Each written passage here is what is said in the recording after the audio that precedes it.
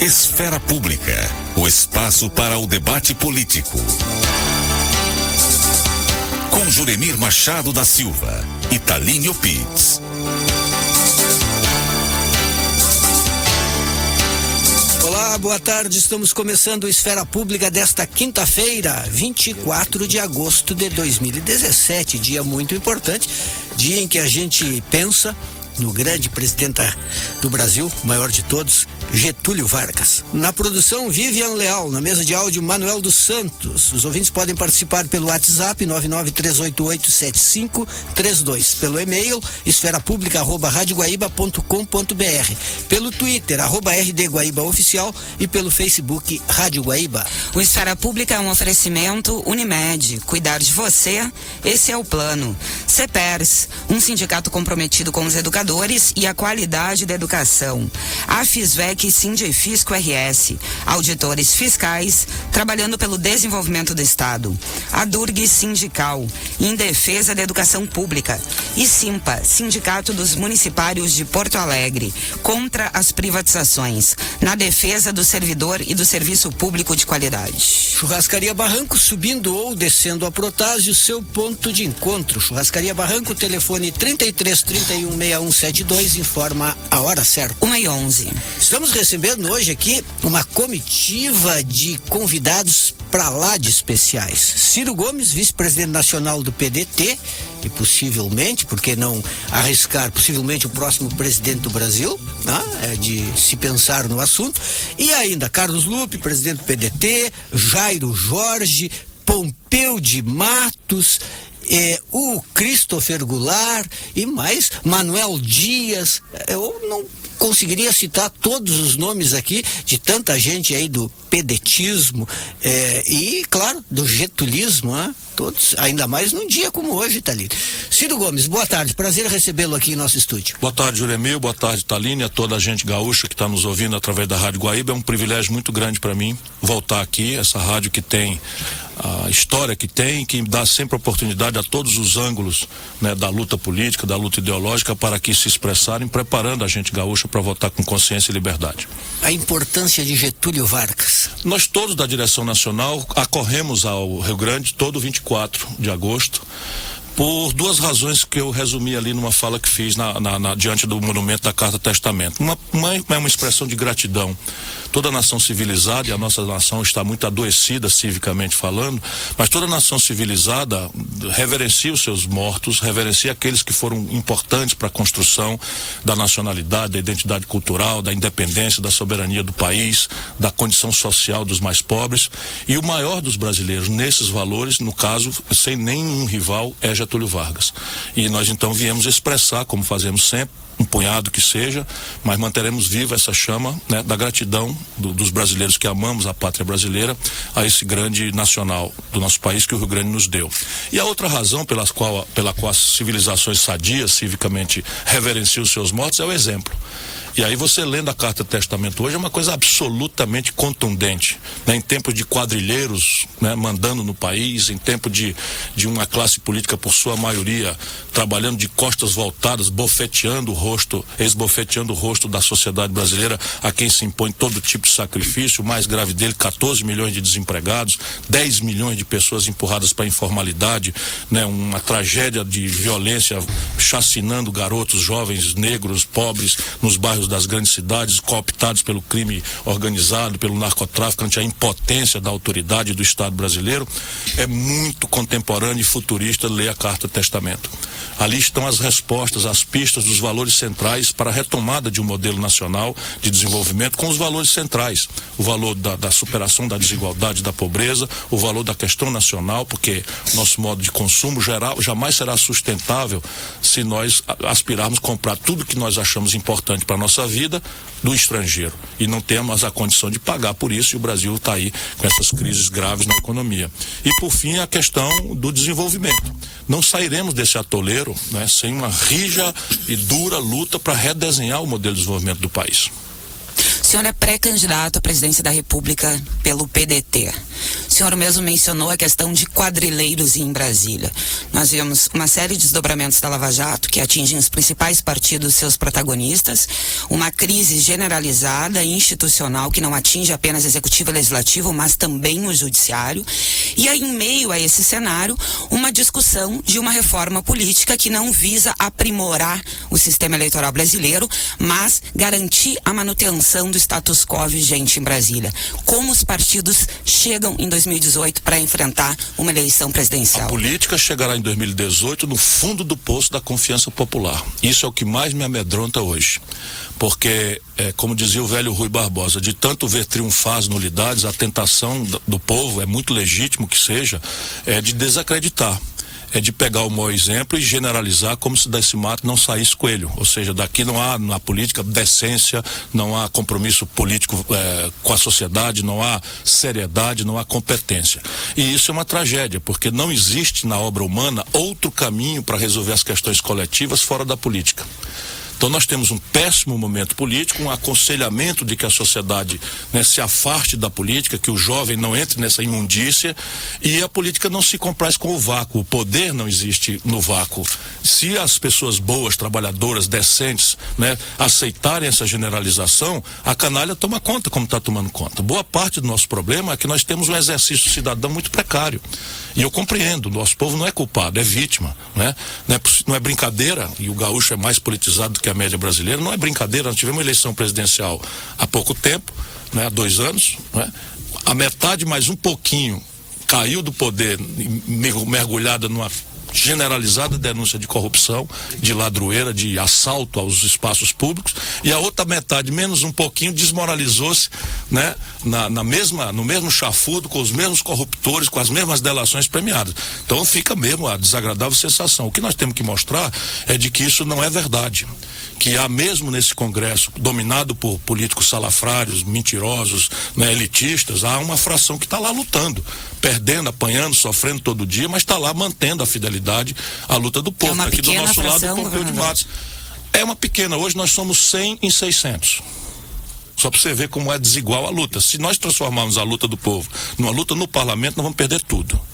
Portanto, se a gente quiser salvar o que resta de ferramenta de desenvolvimento do país, de dignidade, né, de respeito aos mais pobres, nós temos que fazer uma luta fora do parlamento. Nós temos que tocar fogo na rua, transformar nossa raiva, nossa revolta em luta, né? E as armas dessa luta serão aquelas que o adversário nos impuser. Eu, por exemplo, estou cansado, né, dessa ideia de defender a resistência pacífica. Eu sou um pacifista, eu acredito na política como linguagem do enfrentamento, mas essa gente está passando de qualquer limite. No mínimo, a coça dessa gente nos aeroportos, o povo tem que fazer. Agora, em relação a Michel Temer, o Michel Temer tem escapado de todos os cercos. Se imaginava que depois das denúncias do Joesley Batista que ele não iria muito longe, mas pelo jeito ele vai resistir até 2018. A sua avaliação? Ele está escapando, provavelmente virá aí uma nova onda de denúncias. Essas serão influenciadas por depoimentos ainda mais graves, como esse Funaro, né, que era o operador doleiro dessa quadrilha que é chefiada pelo Michel Temer e pelo Eduardo Cunha, e ali com a fração do Senado chefiada por Eunício Oliveira, que é o tesoureiro da eterno do... Enfim, é uma quadrilha que eu conheço a longa data, a todos já denunciei, por todos já fui processado. Isso é que é uma coisa, as pessoas não querem ouvir. Eu fui colega do Michel Temer e do Eduardo Cunha, chamei de ladrão a ambos, porque eu sei que eles são. Não é de agora. Continuam sendo. O Michel Temer roubava na Doca de Santos há 20 anos atrás. Isso tem processo que sumiu no Fórum de São Paulo. E é inacreditável que esse homem tenha sido levado à linha de sucessão do país, pela popularidade generosa que o Lula tinha, resolveu fazer um dedaço, botar uma pessoa honrada como a Dilma, porém completamente inexperiente, e com um vice-quadrilheiro. Deu furnas para empoderar e encher de dinheiro o Eduardo Cunha, que comprou a maioria da Câmara. E aí está a explicação por que o Michel Temer escapa. Primeiro, ele é protegido pelo baronato brasileiro, que não tem o menor compromisso com decência, nem com nação, nem com o povo, nem com a sorte dos pobres. Esse baronato brasileiro só pensa numa coisa: controlar o orçamento para gerar excedente a qualquer preço, para jogar no saco sem fundo da agiotagem oficial na dívida pública brasileira. Só esse ano serão 482 bilhões de reais que essa gente vai levar dos tributos que a população paga e que não chegam para a saúde, para a segurança, para a educação, enfim, para a infraestrutura do país. Essa é a primeira razão. A segunda é que o Michel Temer é muito experiente.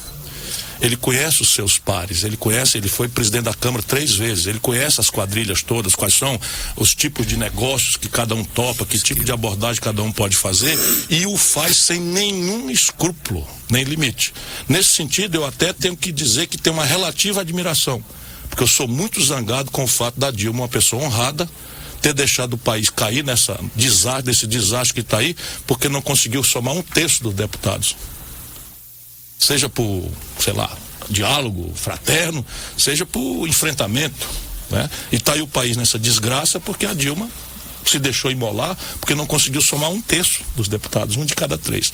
Numa Câmara chefiada por um quadrilheiro que está preso, Eduardo Cunha. O senhor acredita que esse cenário que nós temos hoje no Brasil reforça em 2018 a polarização entre o PT e o PSDB, ou ao contrário, apesar dessa forte ainda dicotomia, vai acabar abrindo espaço para candidaturas alternativas como a sua, ou algumas bastante temerárias como a do Bolsonaro? Veja, o Brasil de algum modo foi bem servido por essas duas forças que dividem a luta fratricida e provinciana de São Paulo. Simplesmente em São Paulo não há alternativa. Eles alternam-se há 20 anos e projetaram para o conjunto do Brasil, que é muito diferente de São Paulo, essa luta amesquinhada.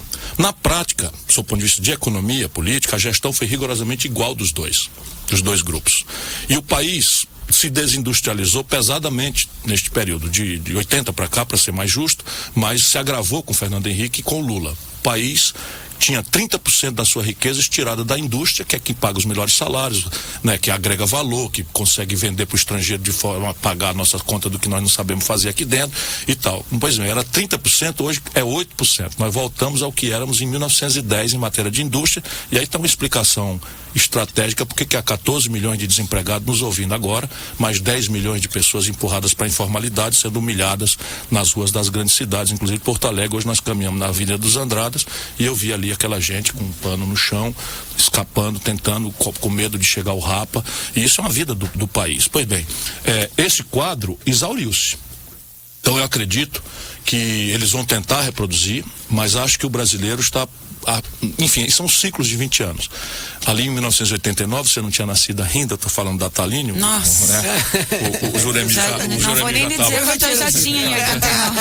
E ali em 89 aconteceu um fenômeno parecido. Os partidos tradicionais, os grandes partidos, foram praticamente alijados e o país levou para o segundo turno 2 outsiders. No caso, o Collor e o Lula. Na data era um outsider, né?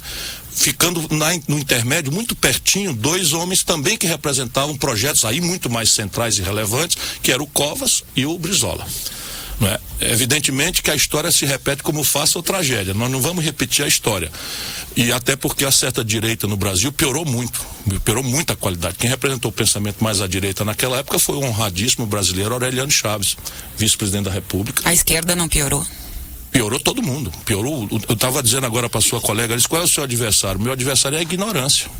Porque se você faz um debate, eu falando de economia, de como restaurar o financiamento, como desenvolver a reindustrialização do país, como equacionar uma saúde que funcione, uma educação que preste, etc, etc, e o outro lado está dizendo, bandido bom é bandido morto, deixa que eu chuto, a corrupção vai acabar porque eu sou honesto e comigo ora vamos e tal, simplificando grosseiramente problemas que são muito graves e complexos. Mas eu acho, entretanto, que a sociedade, neste momento, está fazendo uma espécie de pit stop. Ou seja, uma parada técnica para negar o que está aí, para, expressar um misto de revolta, indignação e depressão coletiva que a sociedade está experimentando, porque é muito grave, né, tudo que está vindo daí. Mas na hora de votar, as pessoas mudam um pouco. Fazem a catarse, fazem o protesto, mas botam a mão na cabeça, vão pensar quem vai administrar as Forças Armadas, quem vai administrar as relações internacionais do país, quem vai administrar a economia, que naquela altura vai estar absolutamente na iminência de um colapso do crédito público, ameaça de inflação, desemprego sem qualquer tipo de equação positiva. Isso tudo eu acho que vai, eu pelo menos acredito, não sei se é wishful thinking, ou seja, você confundir o que você deseja com o que vai acontecer, mas acho que as pessoas vão procurar um pouco mais de experiência e projeto. E é aí que eu tenho chance. Agora, a sua candidatura não... Como eu acho que a direita, só resumindo, eu acho que a direita se reunifica ao redor do Alckmin. Porque o Alckmin é uma direita respeitável. O Dória não é uma direita respeitável. Não, o Dória é um canalha, farsante, não entregou. Você imagina um prefeito de Porto Alegre, eleito ontem, resolve ser candidato a presidente da República e passa o tempo todo viajando, dando entrevista e comprando homenagens por não ter feito nada em Teresina, por não ter feito nada em Natal, porque não sei o que e tal. Minas Gerais. E aí insulta a inteligência do povo de que pode administrar pelo celular. Já que o senhor mencionou que o Dória é um canalha, eu fiquei curiosa. Lula é o quê? O Lula é uma figura muito contraditória. No coração do povo, ele tem um lugar especial da maioria do povo brasileiro, porque ele foi um bom presidente. O Lula incrementou o gasto social de 15% para 22% do PIB. O Lula levantou o valor de compra do salário mínimo com equivalência a dólar, poder de compra, porque os preços são sensíveis a dólar, de 76 para 320 dólares. O Lula aumentou a proporção do crédito na economia brasileira de 15% para algo ao redor de 55%, dirigindo o crédito para as camadas populares, de crédito para a agricultura familiar, crédito para a construção civil, por Minha Casa Minha Vida. E o Lula criou uma rede de proteção social que, quando no seu auge, baniu a fome do lado dos pobres brasileiros. Isto merece que ele seja tratado com a complexidade de uma personalidade respeitável. Não é um canalha, absolutamente não é um canalha. Entretanto, eu também não escondo de ninguém que faz muito tempo que estou decepcionado, porque o Lula, com uma popularidade extraordinária, merecida, resolveu passar de um tempo para cá brincar de Deus. E ao brincar de Deus faz o quê? Nomeia o Michel Temer vice-presidente da República. Que voto tinha o Michel Temer? Ele representava o quê? Nada. Aí o Lula comete a imprudência de impor ao Brasil, nós tivemos que votar, porque nós não votamos do outro lado, né? E impõe a Dilma, que é uma pessoa honrada, volto a dizer, mas não conhece nada do ramo, não entende do ramo. E tragédia econômica, nomeia o Levi, cuja experiência anterior, na ilusão infantil de que estava cooptando o sistema financeiro com um 5º nível. O Levi, experiência pública anterior dele, foi quebrar o Rio de Janeiro.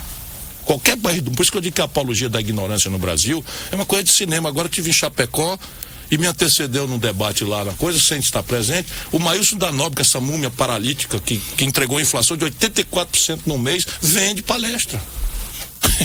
Isso é o Brasil.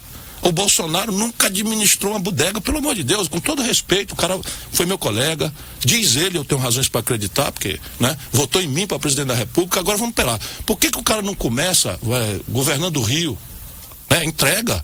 Demonstra que, para além de parlamentar, 26 anos, consegue administrar uma coisa. Se ele tivesse experiência em administração pública, ele seria melhor, apesar das ideias que ele defende? Não, as ideias, elas existem. Um democrata visceral como eu respeita isso profundamente. Eu tenho nojo das ideias que ele simbolicamente representa, mas eu respeito. E aí vamos lá, a solução para a violência impune no Brasil é uma política inocente, ingênua, naif, de proteção dos direitos humanos. Isso está descolando o pensamento progressista, de esquerda do Brasil, do nosso povo. Evidentemente que a pessoa, ao nascer com um ser humano, tem a dignidade inerente a um filho de Deus, para quem tem religião, a um filho da humanidade, para quem eventualmente não tem a religião, e, portanto, tem uma inerência, né? Tortura é um negócio absolutamente intolerável, além de covarde, não é? E a pena de morte já existe. Qualquer pessoa que viva o Brasil, que eu conheço, sabe que a pena de morte já existe. A meninada pobre, negra, parda, nos bairros pobres das grandes cidades, nasce e tem uma expectativa de vida de 23 anos. Não tem apreço nenhum à vida. Porque a sociedade nega por esse elitismo, por esse consumismo desbragado, não é, que as pessoas querem acessar e não tem dinheiro para isso. Então começa uma angústia existencial, famílias destruídas. Lá no Ceará, 76% das famílias pobres tem a mulher como chefe. A primeira vez nós fizemos uma pesquisa lá, porque nós estamos bombando, 77 das 100 melhores escolas públicas do Ceará, do Brasil, são no Ceará. Nós estamos bombando em matéria de acesso à saúde, nós estamos bombando em economia. Na hora que o Brasil está numa recessão, nós estamos crescendo. Em geração de emprego é o centro do Brasil e estamos só apanhando em violência. Já multiplicamos por 3 o efetivo, pagamos salários melhores, enfim, que se pode pagar no norte, nordeste e centro-oeste do Brasil, e está lá a violência banalizada, vulgarizada, e a meninada morrendo. Tu acha que alguém está com medo de morrer? Essa é a grande questão. Então uma senhora que, um menino de 17 anos, botou um revólver na cabeça para tomar o celular, ela tem toda a razão de estar angustiada. Meu filho tomou um tiro no assalto em Fortaleza. Então eu, eventualmente, se eu estivesse naquela situação, se eu pudesse comer o fígado do bandido, né, pelo bestialismo inerente aos nossos instintos primários, eu tinha comido. Mas isso deve mudar a minha cabeça? É uma vingança o que a sociedade quer? Não, nós precisamos resolver o problema. E o que resolve o problema não é a intensidade da pena, é a certeza. E aqui que está o problema. A gente está com a cadeia cheia de menino preso com 50 gramas de maconha e o banditismo organizado, tudo solto. Está em Brasília, engravatado, vendendo o país. Agora, em determinado momento, se eu bem me lembro, até num dia em que nós o entrevistamos por telefone, já faz tempo, o senhor ainda considerava a sua candidatura em função também da candidatura do Lula, se ele seria ou não seria candidato. O senhor disse que não gostaria de concorrer contra o Lula. Isso, eu não gostaria, permaneço não gostando da ideia. Porque acho que nós somos já tão poucos, sob o ponto de vista do mundo progressista, que uma divisão agora enfraquece a linha. Só que o que eu penso é que se o Lula entra na campanha, ele simplesmente condicionará o debate. E não será um debate sobre o Brasil, sobre o futuro, sobre as causas estruturais do nosso desemprego de massa, sobre o que fazer para redesenhar a saúde, redesenhar a educação, fortalecer a ciência e tecnologia, projetar o Brasil internacionalmente numa hora difícil de 65 milhões de refugiados estressando as fronteiras nacionais, de uma Europa frequentada pelo nazifascismo, de uns Estados Unidos governado por um estranho, uma figura estranha. Tudo isso é um momento que exige um debate, uma reflexão, né? E o Lula não, o Lula entrando vai ser um debate contra o Lula e a favor do Lula com ódio e paixão, nem sequer racionalmente seja. E o Lula vai dizer o quê? Ele vai dizer uma coisa muito grave, ele vai dizer o seguinte: você já sabe que eu fui um bom presidente, manda para lá que eu faço de novo. Não há a menor chance. Por quê? Porque a circunstância econômica e a circunstância internacional mudaram radicalmente. E se você não preparar a sociedade brasileira para as tarefas que nós precisamos fazer, e todas são praticáveis. O Brasil é dos raros países do mundo que tem umas 8 portas de saída. Mas nenhuma delas é trivial e todas elas enfrentam o pensamento posto da elite do baronato brasileiro. Nenhuma chance de uma candidatura Lula e Ciro? Não é provável. Primeiro é o seguinte, repare, eu francamente acho que o Brasil precisa renovar. É evidente que um cara que vai fazer 60 anos, que tem 38 anos de vida pública, já fui deputado estadual, já fui deputado federal, já fui prefeito, já fui governador, já fui ministro 2 vezes, já fui candidato, fica estranho falar em renovar. Mas não estou falando em renovar a gente, necessariamente, que não se inventa um quadro político com o nível de assumir a presidência da República numa hora dessa, do dia para a noite. Eu digo de renovar as premissas do jogo político, de renovar os valores, de renovar as tentativas. Não é que é fácil, mas é preciso tentar mudar o país, é preciso confrontar o status quo, o conservadorismo e botar o povo na jogada. Quem está preservado disso, neste nível, sou eu. A Marina é uma grande figura, sem dúvida é uma grande figura, é uma pessoa respeitável, nunca se enrolou em nada indecente, é uma patriota, gosta do povo brasileiro. Eu não tenho disso a menor dúvida. Mas a minha pergunta de novo, e ela já administrou uma pequena bodega? Ela já teve a oportunidade de governar o Acre, que é o estado dela? Não, ela perdeu a eleição no Acre. Isso não a desfaz, não a desmerece, é uma grande brasileira, porque eu tenho mais do que a respeito, eu tenho afeto. Agora a questão é essa, nós não podemos mais, diante da complexidade brasileira, fazer a apologia da inexperiência e da ignorância. Ignorância no sentido de não conhecer os problemas e, portanto, não ter sequer condição de mediar um debate. Liderança, desculpa. Não, eu ia perguntar, tem como governar bem num país que, segundo o Fernando Henrique Cardoso, é um país de presidencialismo, de cooptação? O Fernando Henrique, ele inventou isso e ele é tão espertalhão e protegido pela grande mídia de São Paulo que ele nobilita. Quando eu fui romper com o PSDB, que eu ajudei a fundar, eu fui lá gentilmente comunicar a ele que ia fazer. Ele confundiu a minha coisa como se eu quisesse ser ministro. Ele já tinha me oferecido ser ministro, escolhendo a pasta, e eu já tinha dito a ele que não serviria ao governo dele, porque não concordava com a contradição entre o que nós escrevemos, prometemos e aquilo que ele estava fazendo e tal. E eu disse isso para ele e falei: eu estou saindo porque você está fazendo tudo o oposto do que nós propusemos, isso vai dar problema no país. Eu ajudei a fazer o real, não quero ser confundido, né, por omissão com alguém que não denunciou no tempo certo. E vou sair, vou largar a política, não vou ficar contra você, porque também não acredito naquela data que o Lula tivesse capacidade de fazer a sucessão do país, ficou contra o real, etc. E aí ele me disse, e eu disse para ele: além do mais, seu governo está fazendo concessões intoleráveis à ladroeira e à corrupção. Aí ele: porra, Ciro, que dureza é essa e tal? Se você quiser eu digo, mas se quiser me interrompa. Ó como o Brasil não muda. Aí ele disse: me diga quem? Eu disse: o Eliseu Padilha, seu ministro dos transportes, está roubando e pagando mensalão aí pro PMDB, etc, etc. Pois bem, e ele sentou-se assim e disse: Ciro, um dia você vai sentar nessa cadeira e aquele presidente que não contemporizou com patrimonialismo caiu. ou seja, ele chama ladroeira, compra de voto de patrimonialismo. Né? Sociólogo de Goela, né? Que comprou votos para reeleição. Comprou votos para reeleição. Eu não concordo com isso. Eu servi ao Brasil como ministro do Itamar Franco. O Juscelino... E da Fazenda. Não deixou o cofre cair no pé. Eu fiz a intervenção do Banespa e do Banerj. Eu fiz num dia a intervenção do Banespa e do Banerj. Eu criei a TJLP para tirar o financiamento das empresas de longo prazo dos juros escorchantes do Banco Central. Eu criei a legislação de participação dos trabalhadores nos resultados das empresas. Tudo naquele tempinho curto ali que eu fui ministro da Fazenda. Eu abri a economia nos setores desabastecidos que estavam cobrando ágio, saí para a guerra, forcei a mão das exigibilidades do crédito rural, andei por aqui pelo Rio Grande do Sul. Enfim, eu conheço a realidade brasileira, né? E agora, o Itamar não fez, mas lá atrás o Juscelino também não fez.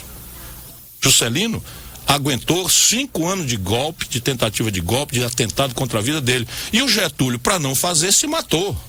Ou seja, alguém que é capaz de se matar para preservar sua integridade e a integridade nacional é que devia ser o exemplo, não é esse pragmatismo irresponsável da política imunda de São Paulo.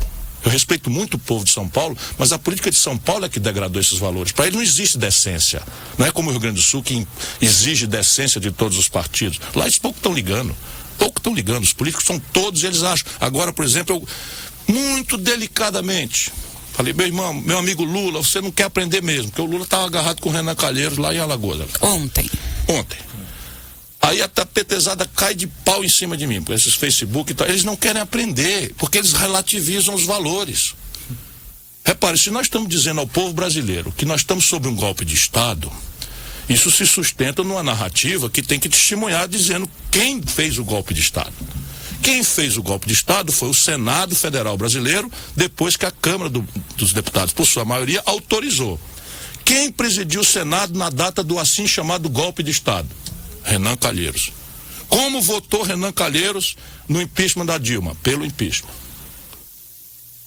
Como é que a gente vai dizer? Então, não é que eu sou intransigente, eu sou um cara da política. Você faz alianças são contraditórias. Todo mundo, e você foi, o Paulinho da Força foi seu vice, indicado pelo grande brasileiro Leonel Brizola.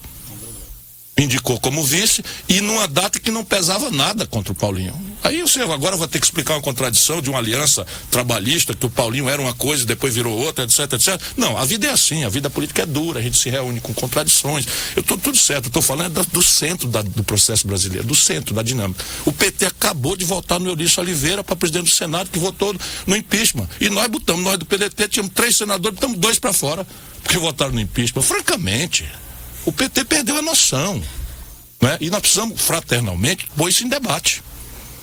O senhor mencionou na sua conversa com o Fernando Henrique Cardoso que o senhor iria deixar o PSDB justamente porque os ideais, o que vocês planejaram para o partido, esses ideais não eram colocados na prática com o Fernando Henrique na presidência da República. Oposto ao que ele fez. Esse não é um mal que hoje atinge todos os partidos, ou por vontade pessoal de suas lideranças, ou por coação, pressão e dependência do Congresso? Praticamente todos os partidos, menos alguns, em algumas exceções. Menos o PDT? Não. O PDT, por exemplo, não tem nenhum quadro seu em lista nenhuma. Nada mais é do que a nossa obrigação, mas nesses tempos duros, né, em que está todo mundo meio que tem que explicar alguma coisa, até o presente momento a gente tem que ter humildade, né? Nenhum companheiro nosso graduado está referido. Agora, faz como para romper esse círculo vicioso? O senhor, sendo eleito presidente da República, governa como sem se tornar refém de um Congresso Nacional? Repare bem, eu compreendo que uma jovem como você tenha essa perspectiva, porque isso foi desenhado pela direita com Fernando Henrique e replicado pela esquerda com o Lula. Essa é a tragédia no Brasil. Eu sou uma pessimista por natureza. Não, devemos ser pessimistas, porque a realidade brasileira não é generosa. A realidade brasileira é cruelmente hostil ao ideário, né, de uma república, na palavra mesmo, né, de uma res pública de decência. A média não é essa nesses tempos presentes. Agora, repare bem, vamos à história, que é o refúgio de quem pode, conhecendo as contradições da história, andar. Então, no Brasil, 100% dos presidentes eleitos, 100%, sem exceção de nenhum, tiveram uma esmagadora maioria, para não dizer unanimidade, pelo conteúdo plebiscitário do presidencialismo ali nos 6 primeiros meses, 1 ano. Qual é a tragédia? Chegam sem projeto, se encantam com a popularidade fácil, recém-aurida da eleição, se iludem e transformam o projeto de reforma do Estado brasileiro num projeto de poder. e passam a interagir, imaginando que aquilo é para sempre. A Dilma.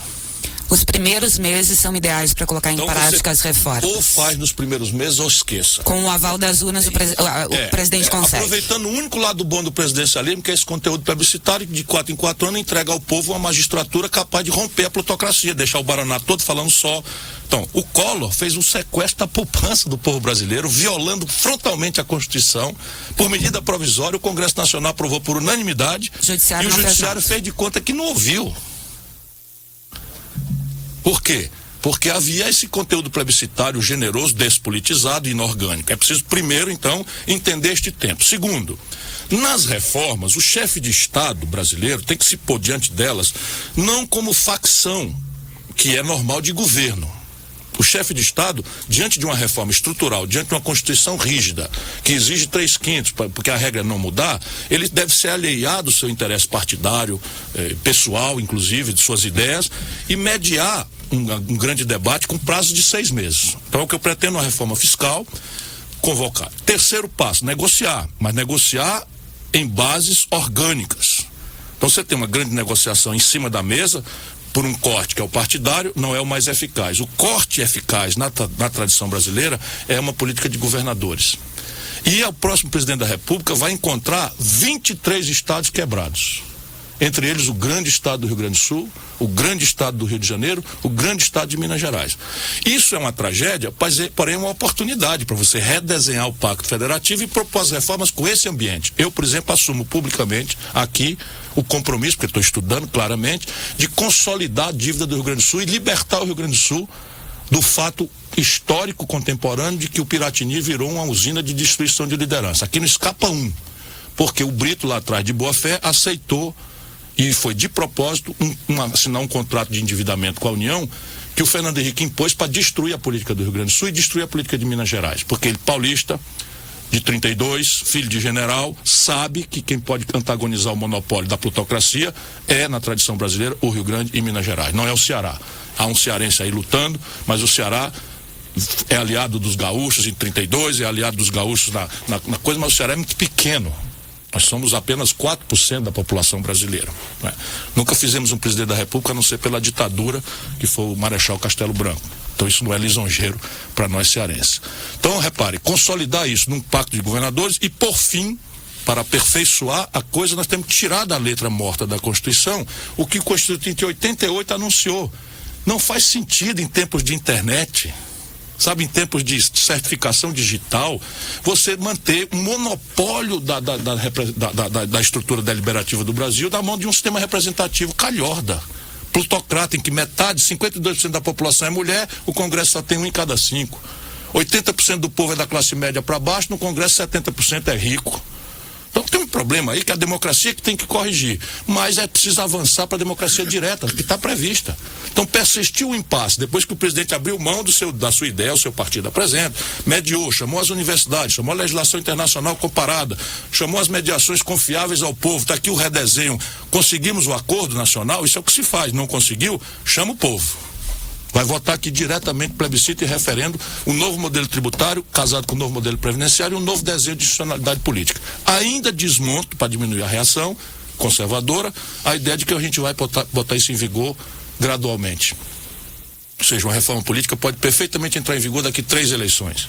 Se o Fernando Henrique tivesse feito isso, nós estávamos já acontecendo. Mas não, cada um tem seu projetinho, chegou lá como o PT. Chegou lá e o desenho todo é ficar no poder. A justiça brasileira tem colaborado neste momento para o país melhorar em relação a todas essas coisas? Definitivamente não. Ela é seletiva? Agudamente uma justiça de classe. É evidente que nós precisamos separar, porque toda a generalidade é perigosa. Você tem grandes juízes trabalhando, não é? Você tem grandes frações do judiciário prestando serviços corretos, patrióticos, ajudando o nosso povo a enfrentar a injustiça de uma sociedade desigual como a nossa, violenta como a nossa, mas na média segue sendo dramático verdadeiro o ditado de Rui Barbosa, que dizia que o judiciário é o poder que mais tem faltado à República. Por exemplo, personagens como Gilmar Mendes. Para mim é absolutamente chocante que um ministro do Supremo Tribunal Federal se comporte daquele jeito. Sérgio Moro. Acho que é um bom juiz, com o defeito de ser muito jovem, e jovem e aplauso demais acaba gerando deformações. Um bom juiz é o severo, que fala nos autos, que produz provas, que se mantém distante das partes para julgar com isenção, e ele infelizmente aceitou todas as homenagens, confraterniza com bandidos, dependendo seletivamente se convém ou não, né? Não me esqueço daquela revista Veja recebendo o Sérgio Moro de gravata borboleta, com o S e ele rindo, né, desbragadamente, quando ele tem informações muito maiores do que a população brasileira para saber o que é que está acontecendo. Mas pesando e medindo, ele tem sido positivo para o Brasil.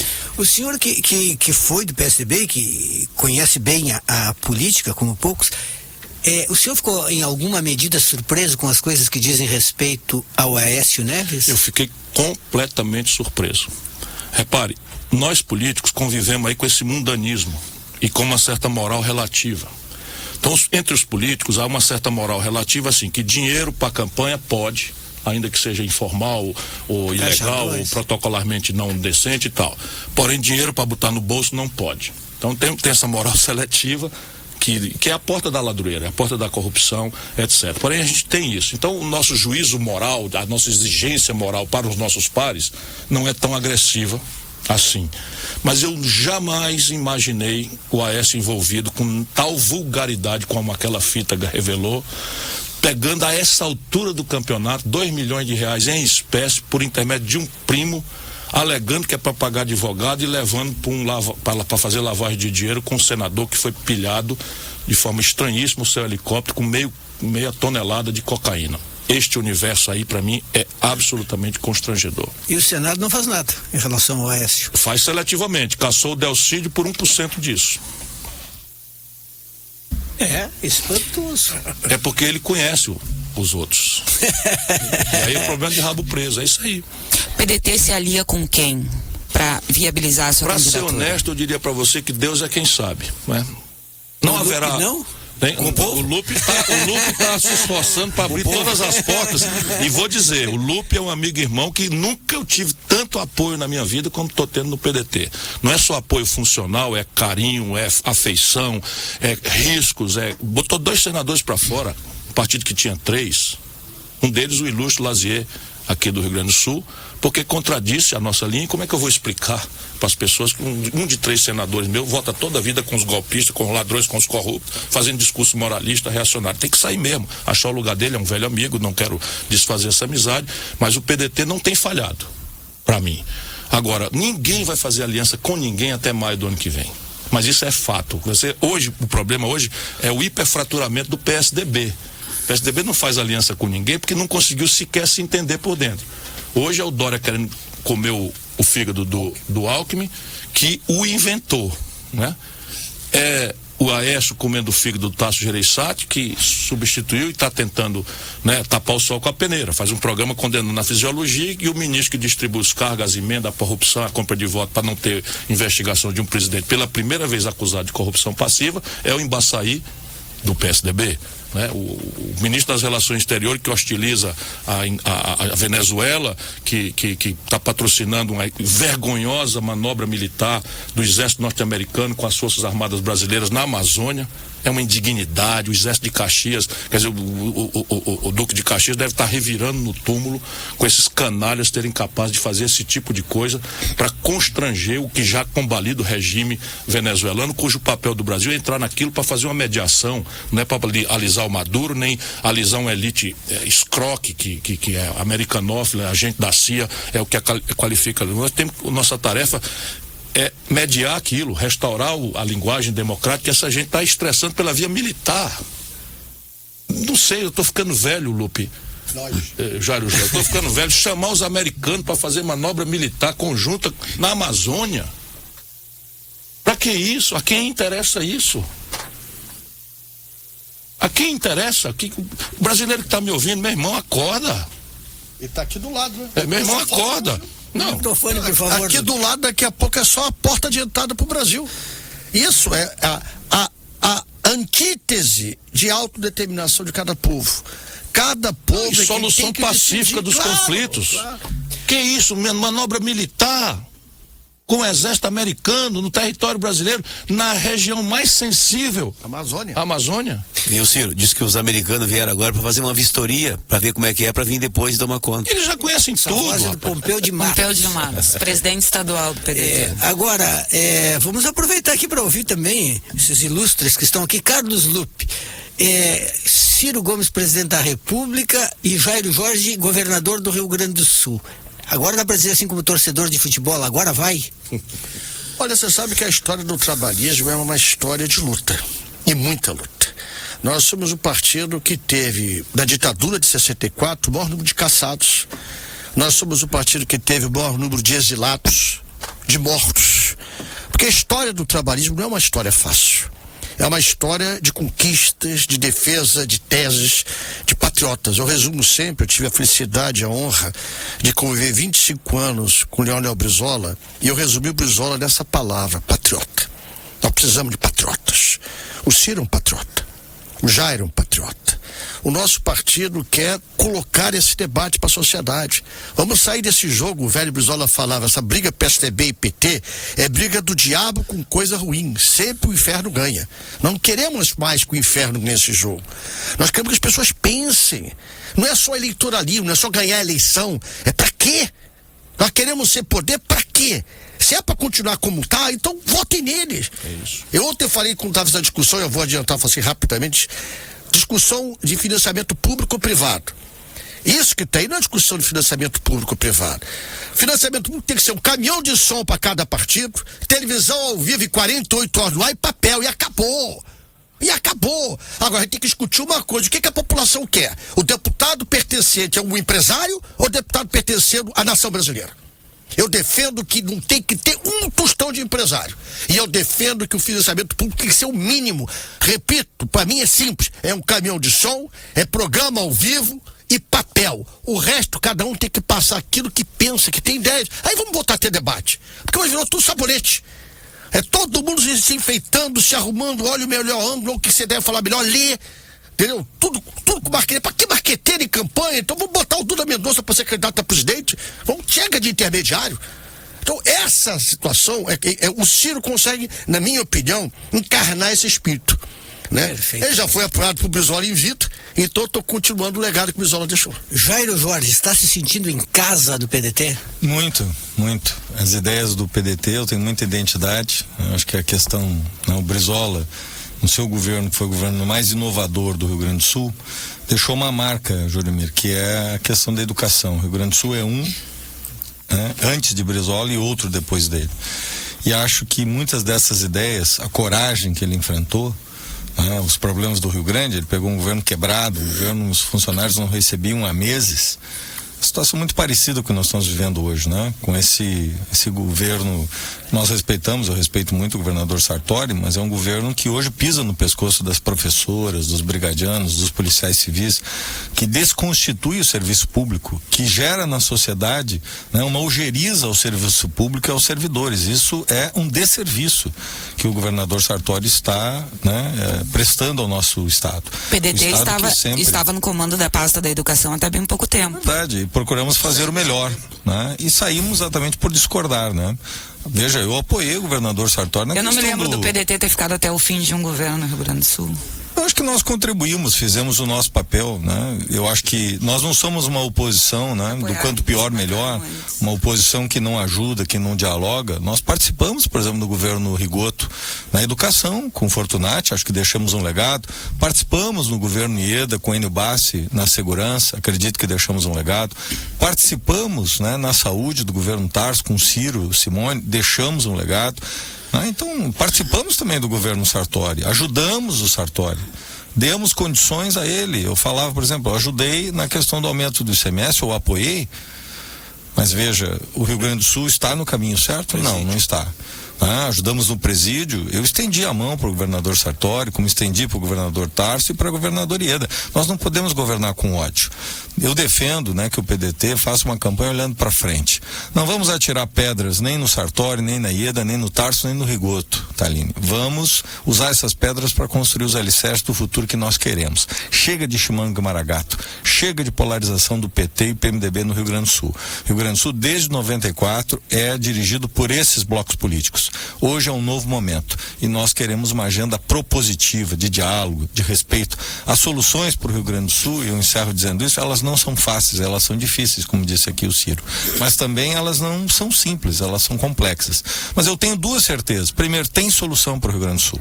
E segundo, as soluções têm que ser inovadoras. Os velhos caminhos vão nos levar, infelizmente, aos mesmos lugares. E esses lugares nós não desejamos e já nos levaram, né, a essa desconstrução do Estado do Rio Grande do Sul, que era uma potência política e hoje, infelizmente, né, deixa a desejar. Mas nós vamos retomar o protagonismo do Rio Grande do Sul, esse é o nosso desejo do PDT.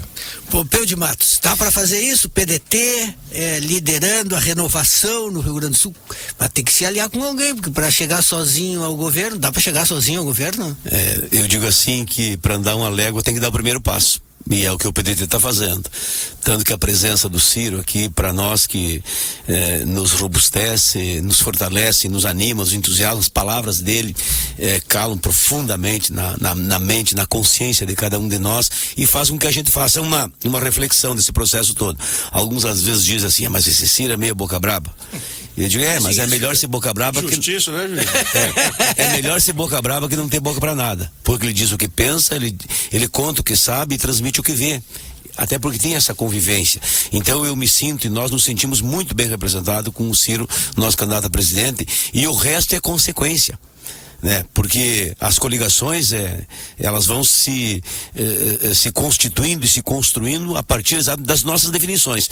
Primeiro tu tem que definir em casa e depois tu define o processo em casa, tu pode buscar a parceria. A mesma coisa o Jairo Jorge, com a experiência como gestor, professor universitário, teu colega jornalista, enfim, tem uma história bem importante e nós vamos definir o cenário ainda ao longo do mês de outubro, quem é o nosso candidato, enfim, vamos colocar Dúvida ainda sobre quem é o candidato? Não, que nós vamos ter uma convenção, né? Sim, a convenção oficializa, mas tem algum outro nome no páreo? Não, a princípio não.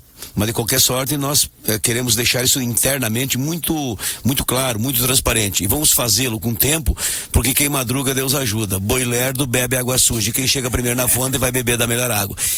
E só para mim concluir, Jeremias, se tu me permitir, lá em Brasília, antes de ontem, na reforma, nós firmamos muito claramente, né, e disse isso na tribuna, nós somos contra esse distritão aí que está, esse absurdo que é do individualismo, né, do coronelismo, a volta do coronelismo da política. O encarecimento da campanha, na direção oposta. Exatamente, para encarecer. E somos contra a forma como estão propondo esse fundo bilionário para fazer campanha. Nós não precisamos desse fundo bilionário. Pode até ter se tivesse um custo mínimo, né, presidente Lupe, nós temos a compreensão, mas tirar o dinheiro da saúde, da educação, do remédio, da cirurgia, do orçamento público para fazer política, isso o povo não aceita e o PDT não concorda. Nós estamos quase estourando o tempo. Quero Christopher Goulart, o Ciro Gomes é um bom sucessor para João Goulart?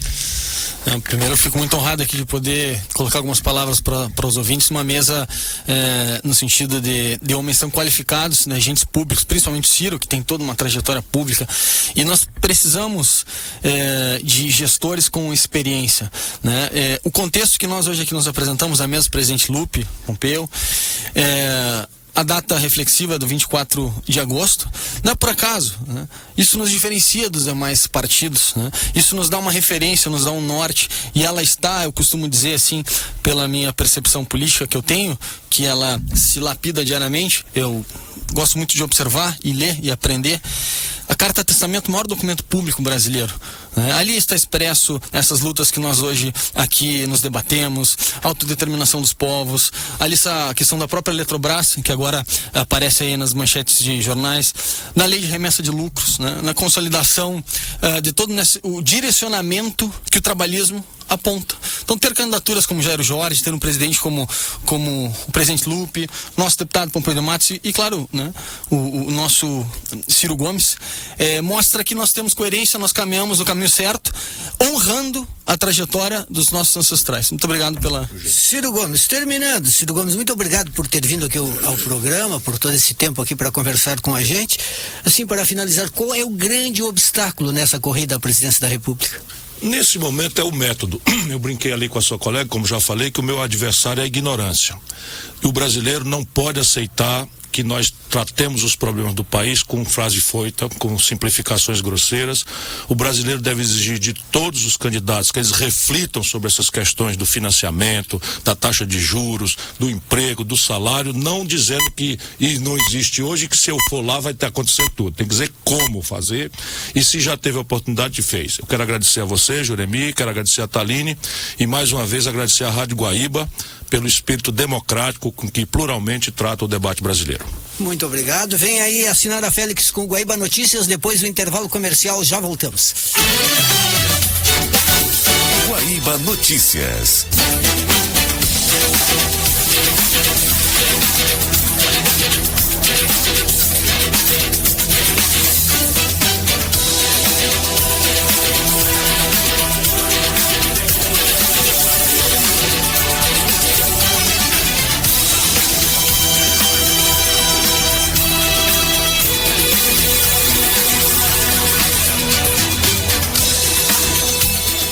Horas, em Porto Alegre, 28 graus e 7 décimos. A Polícia Civil deflagrou nessa manhã a Operação Saia Justa com o objetivo de combater os crimes de violência doméstica e familiar. Estão sendo cumpridos 92 mandados de busca e apreensão e 37 de prisões preventivas em 22 cidades gaúchas. Até o momento, 21 pessoas foram presas, além de armas e munições apreendidas. Em Porto Alegre, até agora, foram cumpridos 7 mandados de busca e apreensão e 7 de prisão preventiva. O comércio brasileiro perdeu cerca de 400 mil postos de trabalho entre 2014 e 2015. No mesmo período, houve redução de aproximadamente 40 mil empresas do segmento comercial no país. É o que aponta a pesquisa anual do comércio divulgada hoje pelo IBGE. Em Porto Alegre, tempo bom. Agora na Rua Caldas Júnior, 28 graus e 7 décimos. O plenário da Câmara aprovou hoje o texto principal da medida provisória que cria a taxa de longo prazo, que será utilizada em empréstimos concedidos pelo BNDES. A TLP substituirá a taxa de juros de longo prazo, atualmente utilizada como referência. Na prática, a medida elevará a taxa de juros praticada pelo banco, tornando-a mais próxima do mercado. Agora o texto seguirá para o Senado.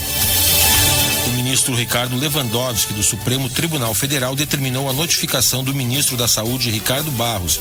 Ele quer que o ministro explique uma declaração feita em um evento oficial no Palácio do Planalto em julho. Barros disse que o governo iria parar de fingir de pagar os médicos e os médicos iriam parar de fingir que trabalham. A declaração foi feita no contexto da implantação pelo governo federal de sistemas de biometria em unidades básicas de saúde, com o objetivo de acompanhar eletronicamente os atendimentos aos pacientes e a frequência dos médicos. Guaíba Notícias, próxima edição às 3 horas.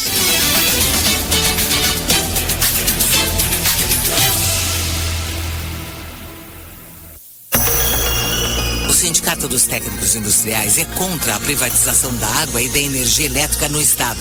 Privatizar fará a população que necessita do serviço pagar ainda mais caro por ele, sem que tenha garantia da qualidade. Sintec RS, sempre ao lado do técnico industrial.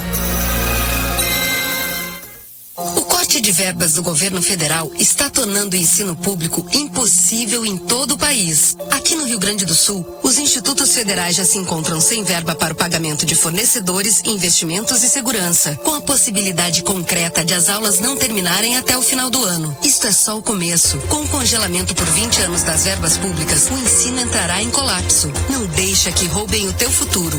A Durg Sindical, em defesa da educação pública. Seu troco, senhor. E a nota fiscal? Cada vez que a gente consome um produto ou serviço, paga imposto automaticamente. Mas se a empresa não recolher, a parte que a gente paga como consumidores não vai para os investimentos que o Brasil precisa. Toma outro rumo, o bolso do mau contribuinte. A PEC 186 vai garantir mais eficiência na fiscalização, mais justiça na arrecadação e mais dinheiro para o Brasil investir. Acesse facebook.com/186 PEC da Eficiência e apoie. Fenafisco, Sindifisco RS e a FISVEC. Valorizar o trabalhador e aprimorar suas condições de atuação significa mais qualidade nos serviços prestados à população. O CEMAP luta diariamente para que as instituições públicas e privadas invistam em seus funcionários. Associe-se ao sindicato e participe desta luta. Acesse www.semapsindicato.org.br. O Simpro-RS convida para o 4º Seminário Nacional Profissão Professor para debater os impactos da reforma trabalhista na relação contratual, com a participação de 2 ministras do Tribunal Superior do Trabalho, desembargadores, o Procurador-Geral do Trabalho, intelectuais da educação e advogados. Dia 25 de agosto, das 8h30 às 18 horas, no Hotel Embaixador, em Porto Alegre, com entrada franca. Vagas limitadas. Inscreva-se agora em simprors.org.br. Sabia que para viver melhor não precisa sim de uma revolução? Começa devagar, de passinho em passinho. Por exemplo, você que está no carro, já pensou em pedalando para o trabalho uma vez por semana? Um belo exercício. E você que está com sono nessa hora, para dormir melhor, experimenta parar de mexer no celular meia hora antes de ir para a cama. Mudando um hábito por vez, você muda a sua vida. Que tal começar já? Cuidar de você. Esse é o plano. Unimed. O Sindicato dos Técnicos Industriais é contra a privatização da água e da energia elétrica no estado. Privatizar fará a população que necessita do serviço pagar ainda mais caro por ele, sem que tenha garantia da qualidade. Sintec RS, sempre ao lado do técnico industrial.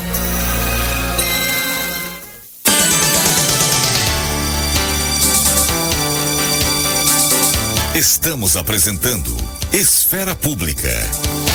Estamos de volta para o último bloco do Esfera Pública. Hoje fizemos um bloco só na primeira parte. Sintergs e Afagro, em defesa de serviços públicos de qualidade. Sou pai, mãe, irmão, irmã e sou policial civil. Simpol RS, sindicalismo responsável e propositivo.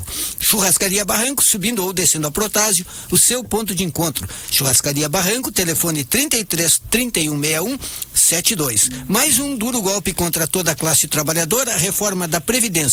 Aposentadoria sem dignidade não é direito. A Durga Sindical em defesa da educação pública. CEMAP Sindicato, quem faz grande Rio Grande são os trabalhadores. CEMAP Sindicato informa a hora certa. 2h07. E agora estamos recebendo aqui no nosso estúdio principal da Rádio Guaíba, Procurador-Geral do Ministério Público de Contas, Geraldo da Camino. Boa tarde. Boa tarde, Juremir. Boa tarde, Taline. Boa tarde, ouvintes da Rádio Guaibeiros. Boa tarde, Guaibeiras.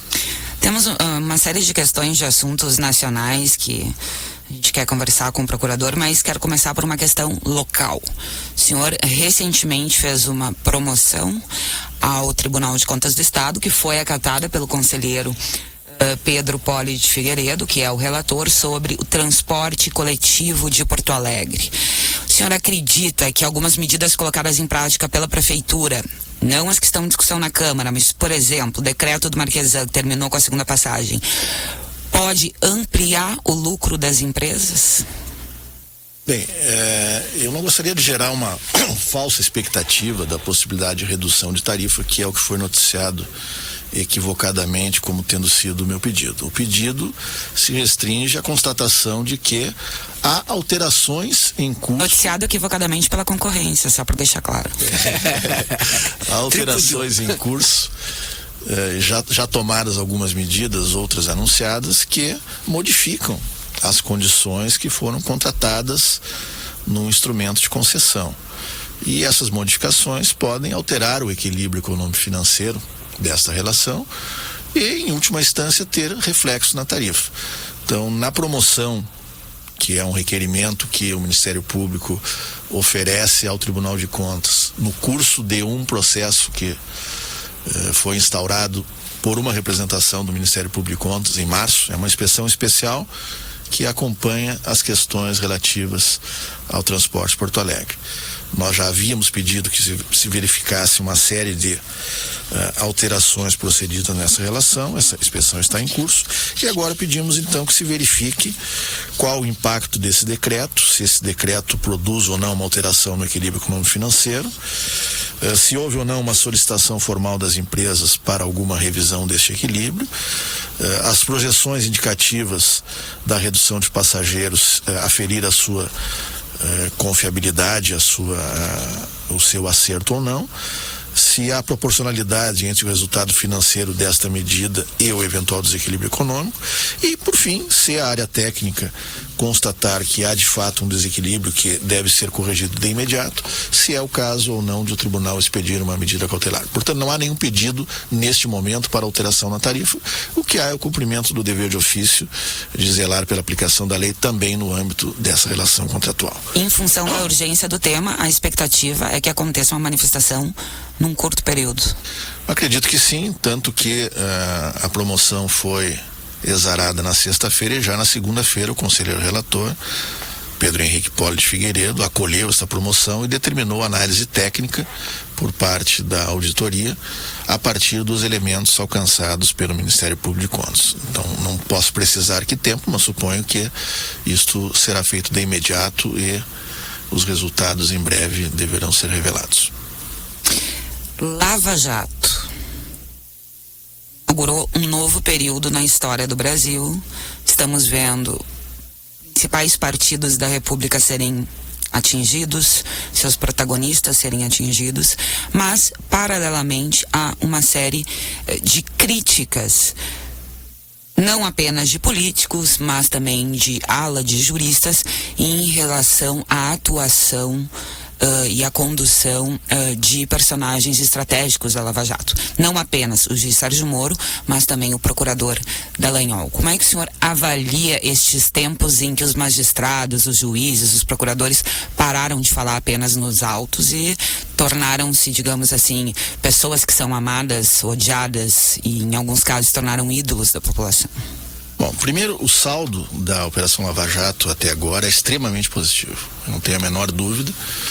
Ela não tem o condão de mudar um país, isso é evidente, e aliás isso é exatamente o que dizem os colegas do Ministério Público Federal, tanto que propuseram as 10 medidas para que as condições estruturais que propiciaram até hoje, historicamente, essa corrupção sistêmica no Brasil, possam ser reduzidas. A corrupção não vai acabar nunca, essa é uma utopia que eu não endosso em hipótese alguma, né? E a corrupção também não é um fenômeno político, como já disse aqui várias vezes, né? Ontem falávamos sobre animais que deveriam ter sido sacrificados e foram colocados no mercado, né, para alimentação.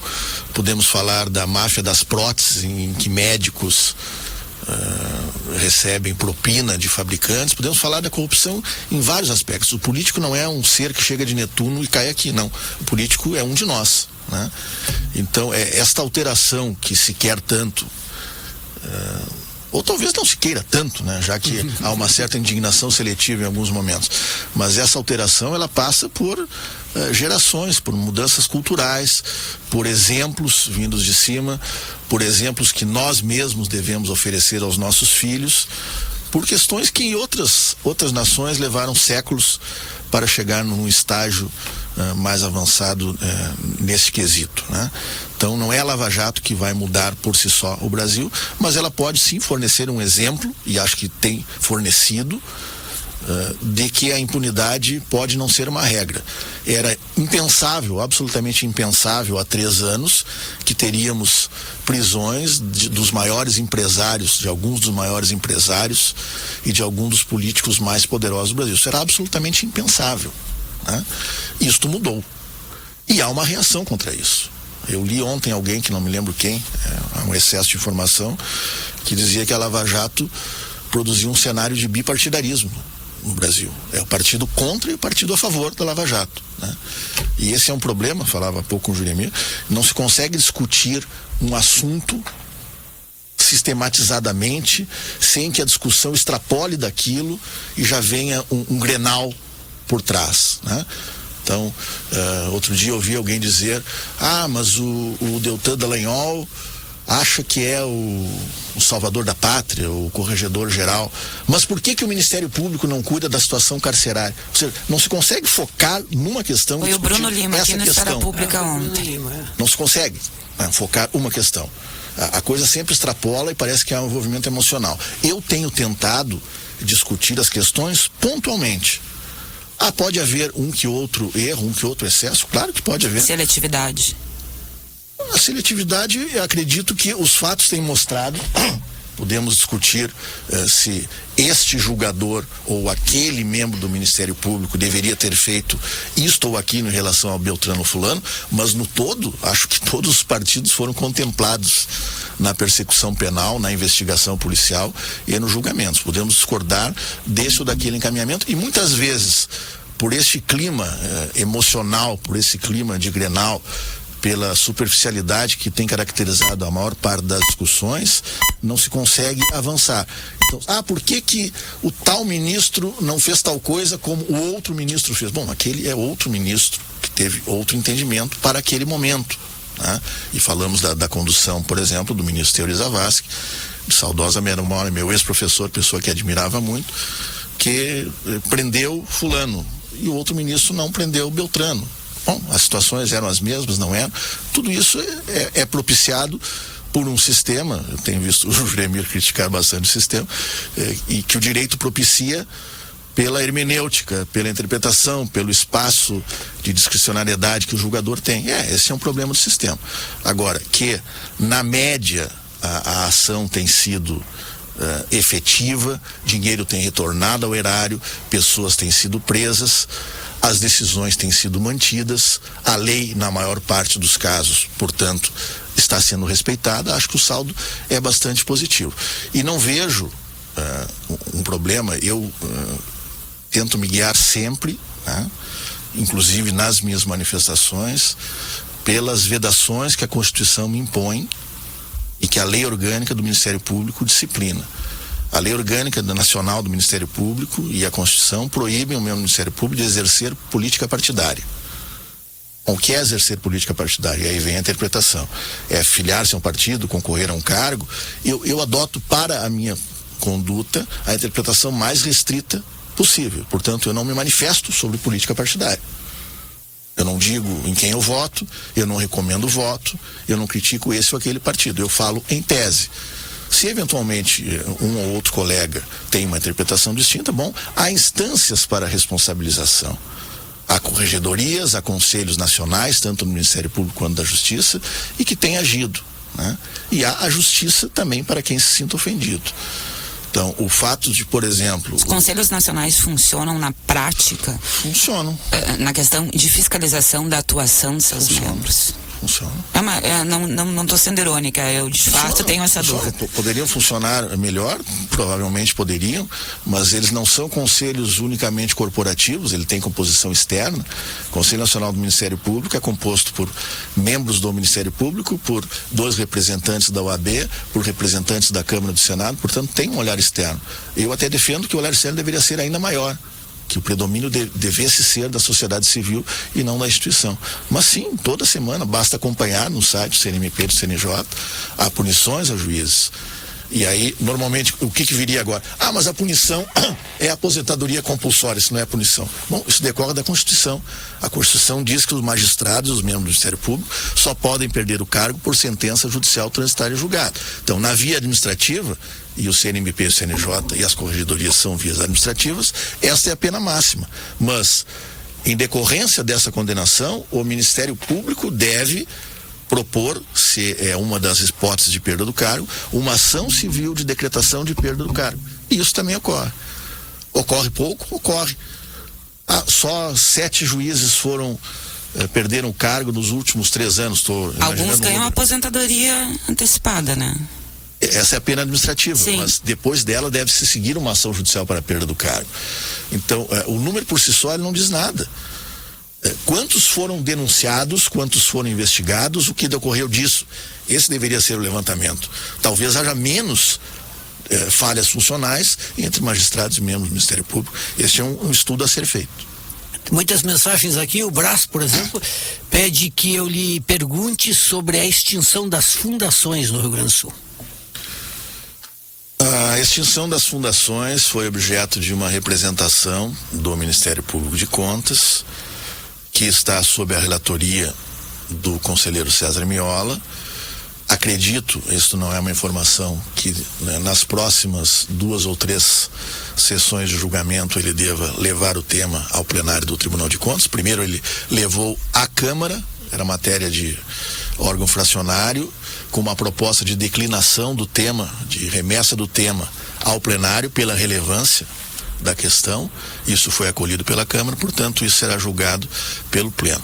Nesta representação eu defendi a seguinte tese, de que aquelas fundações cuja extinção foi autorizada pela lei, elas não têm necessariamente como consequência a extinção imediata, e este ato administrativo que concretizar a extinção, ele deve ser, como qualquer ato administrativo, sindicado quanto à sua motivação.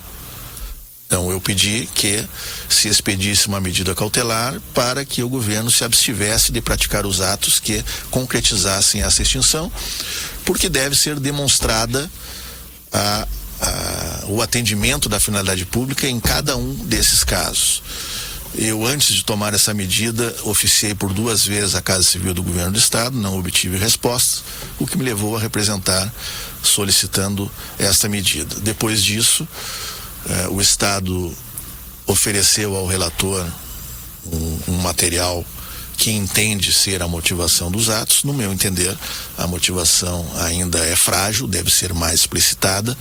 Foi um material padronizado, com grandes números das fundações, mas não demonstrando que as suas atividades, especialmente aquelas em que o governo deve, por determinação constitucional ou legal, continuar exercendo, estarão preservadas, que o atendimento da finalidade pública principalmente esteja presente. Então, aguardamos o julgamento por parte do tribunal dessa questão. Posso deixar de lhe perguntar? A gente tem mais 4 minutos apenas, vamos encerrar um pouquinho antes, porque estouramos. Comercial. Mas uma das principais polêmicas envolvendo o cenário hoje, político e jurídico no Brasil, é a questão das provas. Essa polêmica começou um pouquinho lá em 2005, com a condenação do Dirceu, teoria do domínio do fato, mas agora de forma mais efetiva. Vou dar 2 exemplos. O caso do ex-presidente Lula, no triplex. Seus advogados e seus apoiadores dizem que não há provas. Ele foi condenado por esse caso específico já há 9 anos e 6 meses, além dos outros processos que ele responde. E presidente Michel Temer. Seus apoiadores, seus advogados dizem que não há provas e que a denúncia do Procurador-Geral da República, Rodrigo Janot, era fraquíssima. Senhor, como procurador, analisa como essa questão bem mais específica da atuação do Rodrigo Janot, que deixa o cargo agora no dia 17 de setembro. Bom, primeiro, o que é prova, né? Isso qualquer estudante de direito, na primeira cadeira de processo penal, estuda. E lhe é ensinado, o que continua em plena vigência, que um conjunto de indícios suficientemente consistente faz prova. Sim, isso não é uma novidade, isso não é uma invenção na teoria do domínio do fato, isso não é algo que foi criado agora por Sérgio Moro ou pelos procuradores do Ministério Público Federal. Isto é direito penal do século XIX, que continua em plena vigência. Há determinados fatos em que a prova, aquela popularmente tida como incontestável, a assinatura, a fotografia, ela não é possível. Mas uma série de indícios coerentes entre si e consistentes ao ponto de fazer com que aquilo que se indica seja considerado como existente, é prova, sim. Isso não é novidade alguma, né? Então, não quero manifestar concretamente sobre o caso em julgamento, mas posso dizer em termos gerais que considerei bastante bem fundamentada a sentença do juiz Sérgio Moro, assim como em relação à denúncia do Procurador-Geral da República, do corajoso Procurador-Geral da República, Rodrigo Janot, me parece que também ela vem bastante bem alicerçada e principalmente, e esse é um problema que se encontra muitas vezes nas investigações e nos processos, A prova incontestável, ou o indício, o conjunto de indícios que torna incontestável o fato afirmado, ele deve ser reservado ao final do processo. No início do processo, o que deve haver? Materialidade e autoria, indício de autoria e materialidade comprovada. Houve um crime ou não houve um crime? Houve. Há indícios do envolvimento dessa pessoa? Sim, há. Então deve ser processado. Porque o indúbio pro réu, que é uma garantia do cidadão, ele vige no momento do julgamento. No momento da denúncia é indúbio pro societate. Muito bem. Para terminar, neste caso o senhor poderá falar fora dos autos. Está provado que o Internacional melhorou.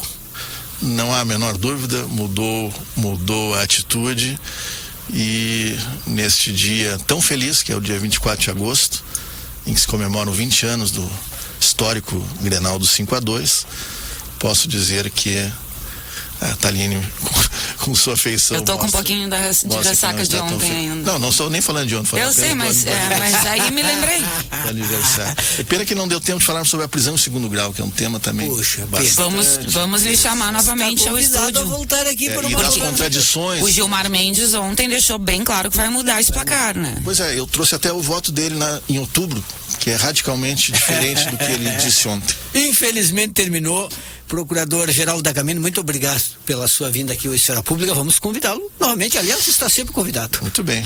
Sempre à disposição, sempre um prazer aqui estar na Rádio Guaíba. Final de programa, Thaline. O Esfera Pública fica por aqui num oferecimento Unimed, cuidar de você, esse é o plano. CEPERS, um sindicato comprometido com os educadores e a qualidade da educação.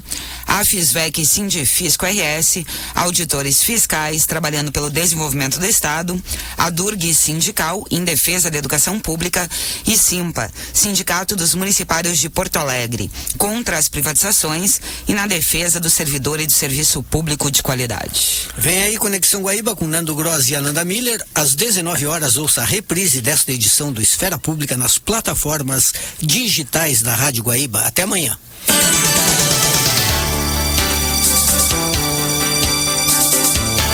Esfera Pública.